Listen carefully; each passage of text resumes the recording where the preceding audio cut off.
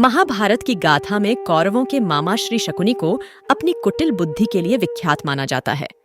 छल, कपट और दुष्कृत्यों में माहिर शकुनी ने युद्ध तक पांडवों के विनाश के लिए कई चालें चली। कहते हैं कि इन्हीं चालों के कारण पांडवों के जीवन में उथल-पुथल रही और अंततः युद्ध की नौबत आ गई। आओ जानते हैं शकुनी मामा के 7 रहस्य 3 चालों के साथ। कथा शुरू करने से पहले दोस्तों, चैनल पर नए हो तो वीडियो को लाइक करें और चैनल को सब्सक्राइब करें।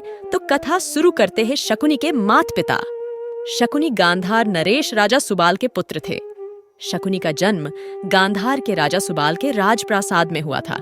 वह माता गांधारी का छोटा भाई था।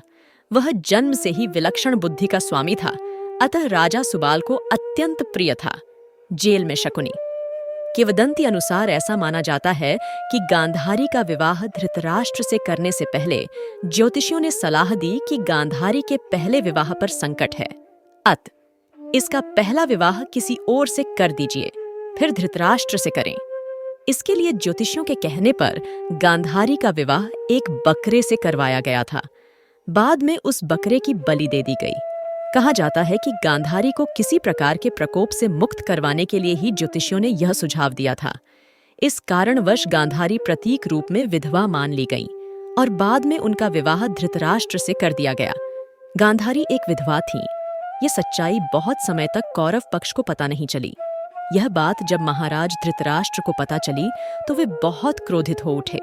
उन्होंने समझा कि गांधारी का पहले किसी से विवाह हुआ था और वह न मालूम किस कारण मारा गया। धृतराष्ट्र के मन में इसको लेकर दुख उत्पन्न हुआ और उन्होंने इसका दोषी गांधारी के पिता राजा सुबाल को माना। धृतराष्ट्र ने गांधारी के पिता राजा सुबाल को पूरे परिवार सहित कारागार में डाल दिया। कारागार में उन्हें खाने के लिए केवल एक व्यक्ति का भोजन दिया जाता था। केवल एक व्यक्ति के भोजन से भला सभी का पेट कैसे भरता? यह पूरे परिवार को भूखे मार देने की साजिश थी।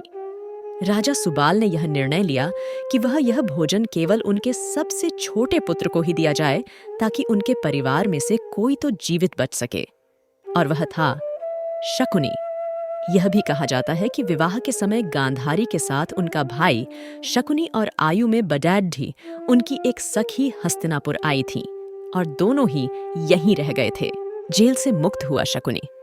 एक एक करके सुबाल के सभी पुत्र मरने लगे। सब लोग अपने हिस्से का चावल शकुनी को देते थे ताकि वह जीवित रहकर कौरवों का नाश कर सके। सुबाल ने अपने सबसे छोटे बेटे शकुनी को प्रतिशोध के लिए तैयार किया। मृत्यु से पहले सुबाल ने धृतराष्ट्र से शकुनी को छोड़ने की विनती की, जो धृतराष्ट्र ने मान ली थी। राजा सुबाल के सबसे छोटे पुत्र कोई और नहीं बल्कि शकुनी ही थे। शकुनी ने अपनी आंखों के सामने अपने परिवार का अंत होते हुए देखा और अंत में शकुनी जिंदा बच गए।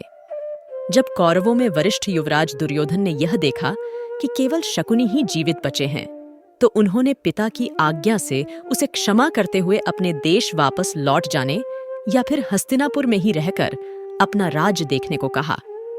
शकुनी ने हस्तिनापुर में रुकने का निर्णय लिया। बदले की भावना, कौरवों को छल व कपट की राह सिखाने वाले शकुनी उन्हें पांडवों का विनाश करने में पग पग पर मदद करते थे, लेकिन उनके मन में कौरवों के लिए केवल बदले की भावना थी, क्योंकि धृतराष्ट्र ने शकुनी के संपूर्ण परिवार को जेल में डाल दिया था और उनको बस मुट्ठी भर अनाज ही खाने को दिया जाता था।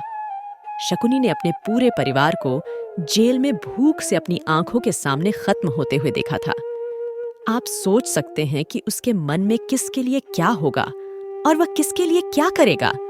कहते हैं कि शकुनी ने प्रतिशोध लिया था, लेकिन यह कितना सही है यह तो शकुनी ही बता सकते हैं, क्योंकि कोई भी व्यक्ति नहीं चाहेगा कि वह अपनी बहन के परिवार को नष्ट करने का षड्यंत्र रचे, या हो सकता है कि वह चाहे भी। शकुनी बना मंत्री। शकुनी ने हस्तिनापुर में सबका विश्वास जीत लिया और 100 कौरवों का अभिभावक बन बैठा। अपने विश्वासपूर्ण कार्यों के चलते दुर्योधन ने शकुनी को अपना मंत्री नियुक्त कर लिया। सर्वप्रथम उसने गांधारी व धृतराष्ट्र को अपने वश में करके धृतराष्ट्र के भाई पांडु के विरुद्ध षड्यंत्र रचने और राज सिंहासन पर धृतराष्ट्र का आधिपत्य जमाने को कहा। फिर धीरे धीरे शकुनी ने दुर्योधन को अपनी बुद्धि के मोहपाश में बांध लिया। शकुनी ने न केवल दुर्योधन को युधिष्ठिर के खिलाफ भड़काया, बल्कि महाभारत के युद्ध की नींव भी रखी। शकुनी की जब यह चाल किसी भी कारण से सफल रही हो, उसका सम्मान और बढ़ गया।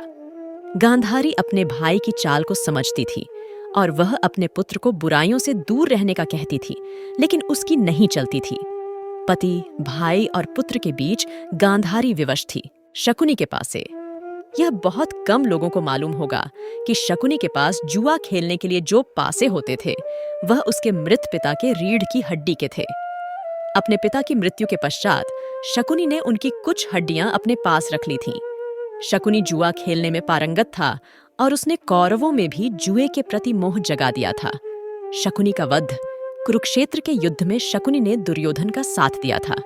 शकुनी जितनी नफरत कौरवों से करता था, उतनी ही पांडवों से, क्योंकि उसे दोनों की ओर से दुख मिला था। पांडवों को शकुनी ने अनेक कष्ट दिए। भीम ने इसे अनेक अवसरों पर परेशान किया। महाभारत युद्ध में सहदेव ने शकुनी का इसके पुत्र सहित वध कर दिया। खतरनाक चालें। पहली चाल, एक योजना के तहत एक बार दुष्ट दुर्योधन ने शकुनी मामा के कहने पर भीम को जहर देने की योजना बनाई।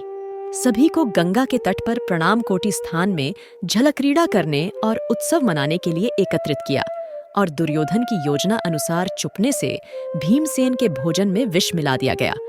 फिर निश्चेष्ट भीम को गंगा के ऊंचे तट से जल में ढकेल दिया गया है। अन्य पांडवों को इसका भान भी नहीं होता है। भीम को जल में उनके नाना आर्यक उसे वासुकी नाग के पास ले जाते हैं।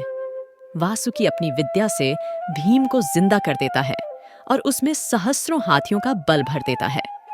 दूसरी चाल शकुनी की योजना अनुसार 5 पांडवों को वारणावत भेज दिया जाता है, जहां लाक्षागृह में आग लगाकर पांडवों को जिंदा जलाकर मारने की योजना बनाई गई थी। लेकिन ऐन वक्त पर महात्मा विदुर ने पांडवों को गुप्त संदेश भिजवाया और शकुनी की चाल का खुलासा हुआ। तब 5 पांडवों ने विदुर के एक विश्वास पात्र से सुरंग खुदवाई और उसी सुरंग के माध्यम से वे लाक्षागृह से बाहर निकलकर गंगा पार जंगल में चले गए। इधर हस्तिनापुर में खबर फैला दी गई कि पांडव लाक्षागृह की दुर्घटना में मारे गए हैं। लेकिन कुछ काल के बाद विदुर जी ही पांडवों को हस्तिनापुर लेकर आए और फिर उनको इंद्रप्रस्थ का राज्य दिया गया। तीसरी चाल, जब युधिष्ठिर को इंद्रप्रस्थ का राज्य मिला तो उन्होंने अपने राज्य के विस्तार के लिए राजसूय यज्ञ किया। इस यज्ञ के चलते उनके राज्य का विस्तार होता गया और उनकी शक्ति बढ़ती गई। इस बढ़ती शक्ति से चिंतित होकर ही शकुनी ने दुर्योधन के साथ मिलकर कपट की नई योजना बनाई।